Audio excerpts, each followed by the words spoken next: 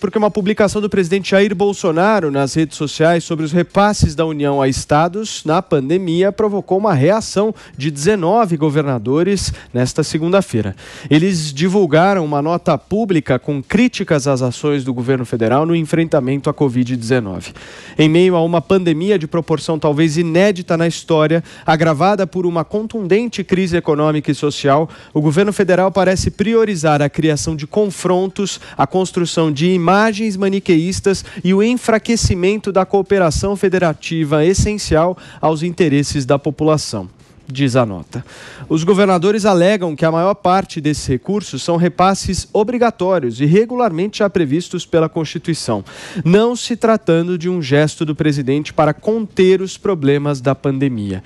Os governadores pedem ainda a adoção de medidas mais restritivas contra o avanço da Covid-19 aqui no Brasil. Na nota, eles afirmam que a contenção de aglomerações deveria estar sendo praticada de forma coordenada pela União, na medida em que promove a proteção à vida. Os governadores que assinaram a carta, gente, são Renan Filho, de Alagoas, Valdez Góes, do Amapá, Rui Costa, da Bahia, Camilo Santana, do Ceará, Renato Casagrande, do Espírito Santo, Ronaldo Caiado, de Goiás, Flávio Dino, do Maranhão, Mauro Mendes, do Mato Grosso, Hélder Barbalho, do Pará, João Azevedo, da Paraíba, Ratinho Júnior, do Paraná, Paulo Câmara, de Pernambuco, Wellington Dias, do Piauí, Cláudio Castro, do Rio de Janeiro, Fátima Bezerra, do Rio Grande do Norte, Eduardo Leite, do Rio Grande do Sul, João Dória, de São Paulo, Belivaldo Chagas, de Sergipe e Mauro Carlesse, do Tocantins. Ainda sobre o embate entre governadores e o presidente Jair Bolsonaro, a ministra Rosa Weber, do STF, concedeu neste final de semana uma liminar em ação ajuizada por São Paulo, Maranhão e Bahia contra o governo federal para a retomada do custeio de leitos de UTI destinados a paciente com Covid-19. Mas a polêmica, minha gente, não para por aí. Mais cedo, falando a apoiadores, o presidente Jair Bolsonaro voltou a criticar as restrições anunciadas por governadores. Vamos acompanhar. Ano 9 estados estão fechando tudo. Não deu certo ano passado. Desculpa aí, pessoal, não vou falar de mim, né? Mas não errei nenhuma. Não. Desde março ano passado. E não precisa ser inteligente para entender isso. Tem que ter um mínimo de caráter. Tá aí a fala do presidente Jair Bolsonaro. Vamos começar a discutir, então, essa nota pública dos governadores. Diogo Schelp, vou começar por você, meu caro. Me chama a atenção a ausência de um governador específico aí, acho que é bem representativo no jogo político eleitoral.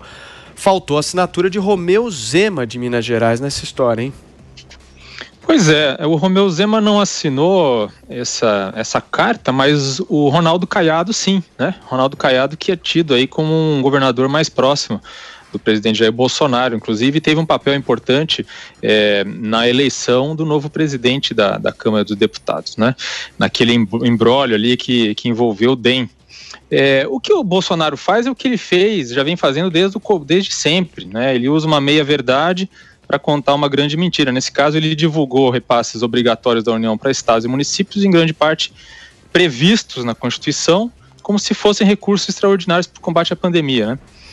Mas a origem dessa briga é justamente esse fato citado aí na decisão do STF, é o fato de que os estados têm reclamado que o governo federal reduziu drasticamente o financiamento de leitos de UTI para pacientes com Covid-19, né? Justo agora em que o país vive o pior momento da pandemia. E vale lembrar que a diária de um leito de UTI para a pandemia custa cerca de R$ 1.600, então é um dinheiro considerável.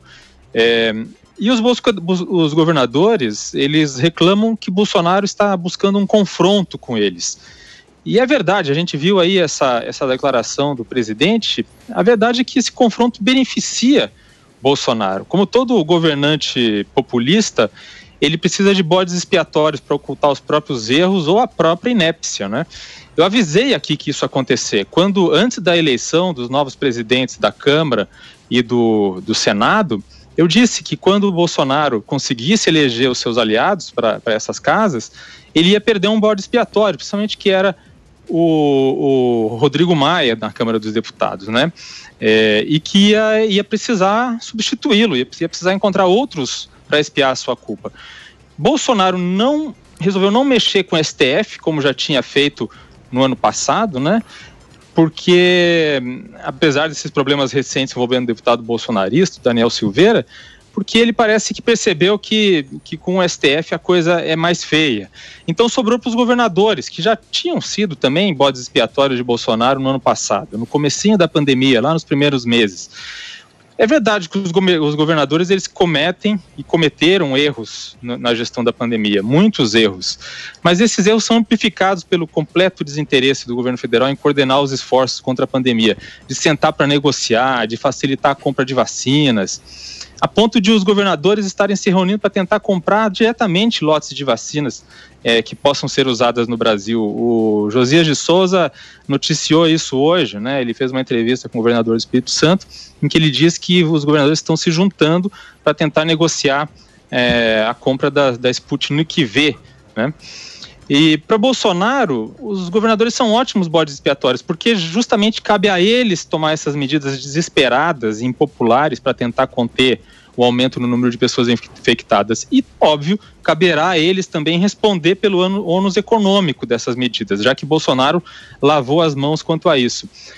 O que está acontecendo no Brasil podemos chamar de uma mudança no Pacto Federativo, mas da maneira errada. O federalismo brasileiro é atípico. Ao contrário dos Estados Unidos, onde os estados têm autonomia real, aqui a gente tem uma federação com um poder extremamente centralizado. E essa centralização é política e é também financeira. Os estados e municípios eles têm competência para executar políticas públicas, mas geralmente sob a coordenação do governo federal.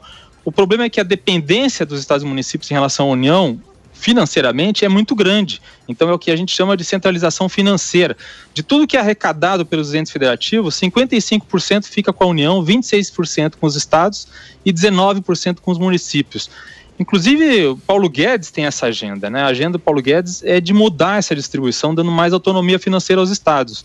Só que isso precisa ser feito via emenda constitucional. Mas o que a gente está vendo na prática, nessa pandemia, é uma descentralização política na saúde, sem que haja uma descentralização financeira, de recursos. E essa a origem dessa briga aí em relação ao pagamento de leitos de UTI. Enfim, o que a gente tem é um caos, e esse caos só favorece o presidente. Constantino, acho que o Diogo pega um ponto interessante da gente abordar aqui, que é a centralização de recursos na União que existe no Brasil, né? Depois dessa carta, acho que fica escancarado o problema, né? Não, é enorme a concentração, mas o Diogo lembra bem que é uma bandeira do governo, né, do Paulo Guedes e do próprio Bolsonaro, mais Brasil e menos Brasília. Então, eu só vou discordar porque hoje mesmo eu entrevistava o deputado Vitor Hugo e ele lembrava que foi aprovado 200 bilhões de reais de descentralização ano passado, né? Então isso já começou sim na prática, e os estados e municípios receberam muito dinheiro, né? Então vamos lá, né? Em primeiro lugar, essa segunda onda parece mais agressiva mesmo, né? E não só no Brasil, no mundo inteiro, e vários gráficos mostram isso. Em casa onde falta pão, todo mundo briga, ninguém tem razão. Então esse é um jogo de tentar jogar responsabilidades para ombros alheios no colo do outro, né? O presidente misturou alguns valores, mas ele não está de todo errado em falar que houve muito repasse e questionar o destino, né? Onde estão, por exemplo, os hospitais de campanha? Essa é uma pergunta, né? Tem alguns jornalistas que abriram seus espaços aos governadores para se explicarem, com muita boa vontade, né? E quase trabalhando como assessoria de imprensa, mostrando o que eles falam e publicando, né? Se tivessem essa mesma boa vontade com as explicações que vêm do governo federal, talvez o Brasil não estivesse nesse ambiente de guerra, né? Então a alegação deles é de que é muito caro manter as UTIs, ok, né? Mas e aí? De quem é a culpa de ter errado, então, a previsão, a projeção da nova onda? E como a narrativa toda de boa parte da imprensa e de boa parte desses governadores vai na direção de culpar o presidente da República, ele está na defensiva. Ele está na defensiva, isso é um tanto evidente. Veja que, como você mesmo destacou, Paulo, um governador que tem tido uma postura muito mais séria, discreta e preocupado em governar o seu estado, e aliás com bons resultados, em vez de ficar lacrando de olho em 2022, é o Romeu Zema. E tanto é que ele não assinou. O Ronaldo Caiado já se mostrou oportunista ou traidor no passado, né? O governador do Rio Grande do Sul, Eduardo Leite, disse numa entrevista recentemente que 60%, meio que se justificando, né, 60% dos que vão para a UTI morrem. Então, esse foi o argumento que ele usou ali para mostrar que não faz sentido ficar expandindo apenas os leitos de UTI, que seriam muito caros, né? Eu quero lembrar também aos nossos ouvintes e telespectadores que faltar leito de UTI não é uma coisa nova no Brasil. É uma realidade de longa data, né? Longa. Basta uma pesquisa rápida no Google, você vai encontrar notícias dessa natureza todos os anos. 2012, 2003, 2013, 2017, 2016, 2018. Falta sempre leito de UTI. De repente, a narrativa vai impondo essa questão dos leitos de UTI para tentar responsabilizar de alguma maneira o presidente, o governo federal. Lembrando, né, que o Brasil não está tão mal na foto em termos relativos. Então, quando falam do governo federal ou do Brasil, primeiro esquecem que os governadores e os prefeitos tiveram mais autonomia, segundo o próprio STF. Segundo, esquecem que comparar a fotografia em termos relativos não coloca o Brasil como patinho feio. Parece que nós temos um genocida responsável por todas as mortes no país e que o mundo todo está vivendo uma tranquilidade. Enquanto que isso não está nem perto da verdade. O Brasil é o 22º país em termos de óbito por milhão de habitantes. Vacinação, o Brasil está entre os 10 que mais vacinaram. Então, não existe essa narrativa toda que estão tentando impor na mídia. Aí a gente vai ver, por outro lado, a postura dos governadores, a gente entende o que está acontecendo nessa briga, né? O próprio ministro Fábio Faria tocou no ponto, quando ele disse: desmontam os hospitais de campanha, vão para Miami sem máscara, né, comprar em loja de grife, fazem coletiva todos os dias que ninguém suporta mais e quebram a economia, né? Então, assim, o povo não está revoltado à toa. É o teste das ruas, Paulo. Nós vamos fazer o teste das ruas. Bota esses governadores todos em praça pública e o presidente do outro lado e vamos ver se o povo está indignado com um lado ou com o outro. Porque, de novo, onde falta pão, todo mundo briga, ninguém tem razão. A situação é angustiante, todo mundo clama por algum tipo de ação, né? Mas, como eu já cansei de apontar aqui, e quando a gente faz uma comparação dos estados americanos, por exemplo, hoje eu fiz essa pesquisa, dos 20 piores estados, que a Flórida, por exemplo, nem aparece, né? É exatamente equitativa a divisão entre democratas e republicanos, ou seja, essa narrativa de eu olho para a ciência e me preocupo com vidas, o outro lado é obscurantista, essa narrativa é para inglês ver. Quem é o populista no final do dia? Agora, Mark, o peso de 19 governadores é grande, né? Nós estamos falando de uma diversidade partidária imensa. Tem governador do PCdoB, governador do DEM e até governador que é aliado do presidente da República. Tem sim, Paulo, 19 governadores não é muita coisa, né? Tem governadores como o Ratinho Júnior, aqui do Paraná, do PSD, que foi aliado até então, canino do presidente Bolsonaro, o pai dele, apresentador nacional, inclusive abre espaço todo momento para o presidente Bolsonaro, e ele assinou esta carta. Agora, Paulo, eu vi alguns governadores dizendo aí que esses números seriam fake news, né? O governador do Espírito Santo falou isso, e esses dados divulgados pelo governo federal, eles são corretos. Todos eles estão disponíveis, inclusive em fontes abertas. A bronca dos governadores é porque eles falam que faltou interpretar os dados, reclamam que faltou explicar a burocracia tributária. E a reclamação deles é porque, segundo eles, parte dos valores divulgados já seria deles, né, na divisão do bolo dos tributos ali. Então, não dependeria do governo federal fazer um repasse, ele já é automático de acordo com a lei, de acordo com a Constituição. A União só arrecada, faz a cobrança e devolve ali aos estados. E os governadores estão mesmo corretos nisso. Agora, também é verdade que os governadores estão bravos de verdade porque não interessa a ninguém da classe política, e aí eu falo de toda a classe política, do presidente ao vereador do município mais pequenininho do Brasil, não interessa à classe política que esses números sejam claros. É bom que eles estejam confusos, justamente porque eles servem às narrativas políticas de um lado e de outro. Veja, teve estado que no fim de semana registrou protestos pedindo redução do ICMS do combustível. Então as pessoas estão aprendendo onde cobrar, de quem cobrar a redução daquele ou de outro imposto. Então, os governadores também não estão nada satisfeitos com isso, né? Teve carreata aí de gente buzinando na porta de palácio de governador, e isso os irritou também muito, o que mostra esse clima para a confecção dessa carta, que não passa só pela questão da Covid-19, ela também passa pela guerra do ICMS nos combustíveis. Por exemplo, eu acho que os governadores devem cumprir a ameaça que eles fazem na carta de anunciar e explicar às pessoas os impostos que vão aos prefeitos, né? Eles fazem isso na carta com tom de ameaça. Imagine se nós resolvermos aí mostrar o que repassamos aos prefeitos. Tem que fazer. As pessoas têm que saber o que vai para o município, né? O que ela está pagando, para quem vai gastar o dinheiro dela. Eu lembro também, Paulo, você falou aí de 19 governadores, essa já é a segunda carta contra o Bolsonaro. Em abril do ano passado, 20 governadores, portanto, um número maior de governadores, também assinou uma carta lá. Na época, eles defendiam o então presidente da Câmara, Rodrigo Maia, e o então presidente do Senado, né, o Davi Alcolumbre. Na época, vários analistas disseram que o presidente estava isolado, que o governo ia padecer. Pois bem, no espectro político, né, depois que o Bolsonaro teve essa carta contra ele lá em abril do ano passado, ele elegeu os 2 presidentes do Congresso Nacional. Então não me parece que o governo ficou tão mal assim, mesmo com aquela carta na época que foi encabeçada pelo Dória e pelo Witzel, que na época ainda era governador. O Bolsonaro conseguiu sobreviver e até, de certa forma, passa bem, mesmo depois dessa união de governadores contra ele. O que mudou de lá para cá? É que aquela foi uma carta muito encabeçada pelo Dória e pelo Witzel, né? Nitidamente de oposição ao Bolsonaro. Agora, menos governadores assinaram, é verdade, mas é uma carta mais abrangente no universo político.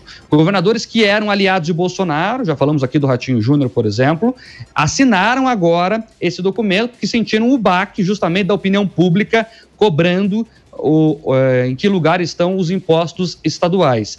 E justamente na hora que estão sendo criticados aí por parte da sociedade por fecharem tudo de novo. Então vão ter que lidar ainda com a explicação de como gastaram o dinheiro. Então juntou tudo isso, mais a questão do imposto dos combustíveis. Então juntou tudo isso, os governadores se viram no mato sem cachorro e resolveram também partir para cima. Tem até essa discussão do valor mencionado ali, que já era repasse certo, dinheiro carimbado, como se fala no mundo político, mas a verdade é que os estados receberam dinheiro do governo federal acima da média, sim. E eu trago aqui um dado do Tesouro Nacional e também do Banco Central, que mostrou que estados e municípios fecharam 2020 com quase o dobro do dinheiro em caixa em relação ao ano anterior. Esse é um dado do Tesouro Nacional. De acordo com essas duas instituições, o saldo de estados e municípios passou de 42 bi para 82 bi no fim do ano passado, uma alta aí de 94%.